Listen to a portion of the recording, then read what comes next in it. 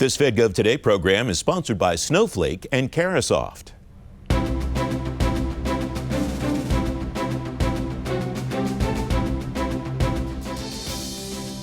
Welcome back. Federal IT leaders tell me their AI applications are becoming part of a stack that includes cloud infrastructure, effective data management, and cyber protections.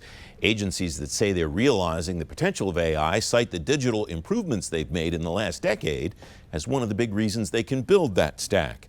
At DE25 recently, former Federal Chief Information Officer Claire Martirana tells me there's a missing link in agency efforts.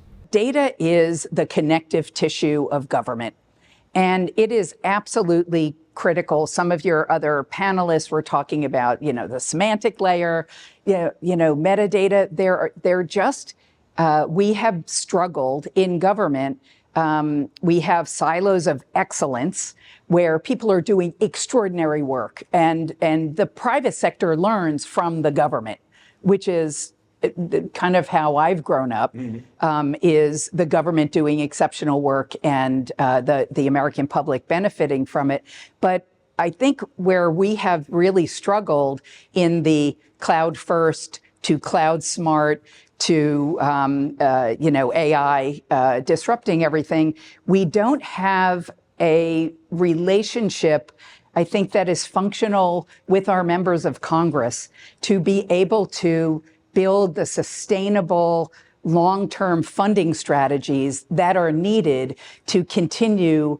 The pace of change is so great, we have to actually work together as an ecosystem to make sure that we have the talent in place, that we have the contracting vehicles in place, and that we have the strategies in place to be able to meet today's challenges, but also, as Sunny mentioned in a previous segment, the future, quantum future, which is coming in a moment's time. Probably more rapidly than people think right now. Well, DeepSeek surprised us all a couple months ago, and very likely we are going to have another big surprise. I hope that is an American surprise. And I hope that we continue to fund the research that is needed for us to be able to capture the flag in the quantum world. But I think that we are just uneven across our different sectors of government. And we are seeing the risk of that, both in a cybersecurity posture, but also in an operating posture. You mentioned the long-term funding strategy, and one of your most important jobs was as federal CIO was to be on the Technology Modernization Fund board.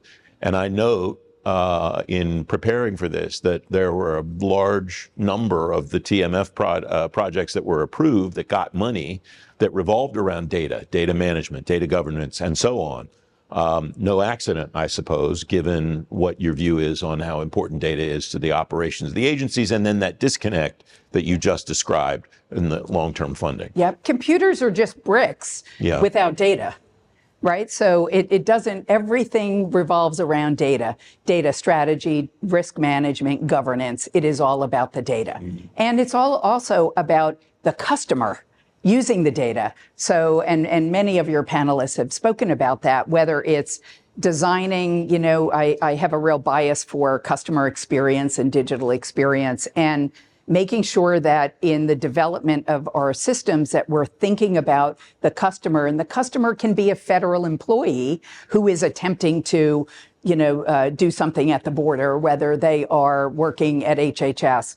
So making sure that we understand who the customer is, both the American public and our internal federal resources, and then also what problem we are trying to solve with the data. And I think that we just have such a unique opportunity at this moment in time, especially with AI, to learn from each other. So the other thing that I think is really important is the convening of these agencies and the sharing of knowledge, playbooks, right? GSA had the centers of excellence where you were really able to learn inside government in a way that you weren't embarrassed, right? If you are a member of a team, a mission partner, could be a CIO who has not had the sustained funding to be able to do some of these large projects, and then be able to learn from your partner who's farther ahead. And it's really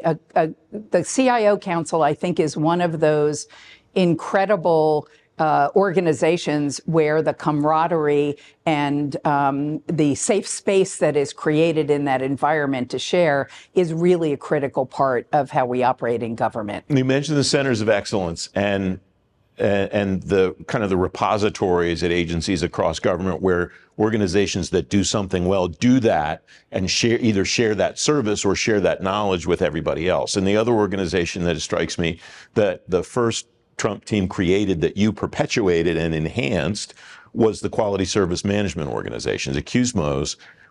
It would have been tempting, I suppose, for someone in the White House to say, well, that was theirs, and so we'll do it different, or we'll start our own, or we'll call it something else, or whatever. And I note that both of those, you didn't. Right. You got out of the way and said, these are working well and we should let them keep working well. It's absolutely critical. It is, I was fortunate. I joined in the Obama administration. I served in the first Trump administration and in the Biden administration. And technology is purple. Right? Technology is not red or blue. Technology is purple. We just have a mission to serve the American public and to be the best stewards of the taxpayer dollar. So rebranding an effort that worked in a previous administration for vanity's sake is idiotic. And I learned a lot from my predecessors as federal CIOs. Suzette Kent tweaked went to Cloud Smart from Cloud First, but that was a really elegant evolution of the strategy. It wasn't a rebranding for rebranding's sake. So I got to learn from really smart people that sat in the seat prior to me, and we just wanted to focus on the mission and the problems we were trying to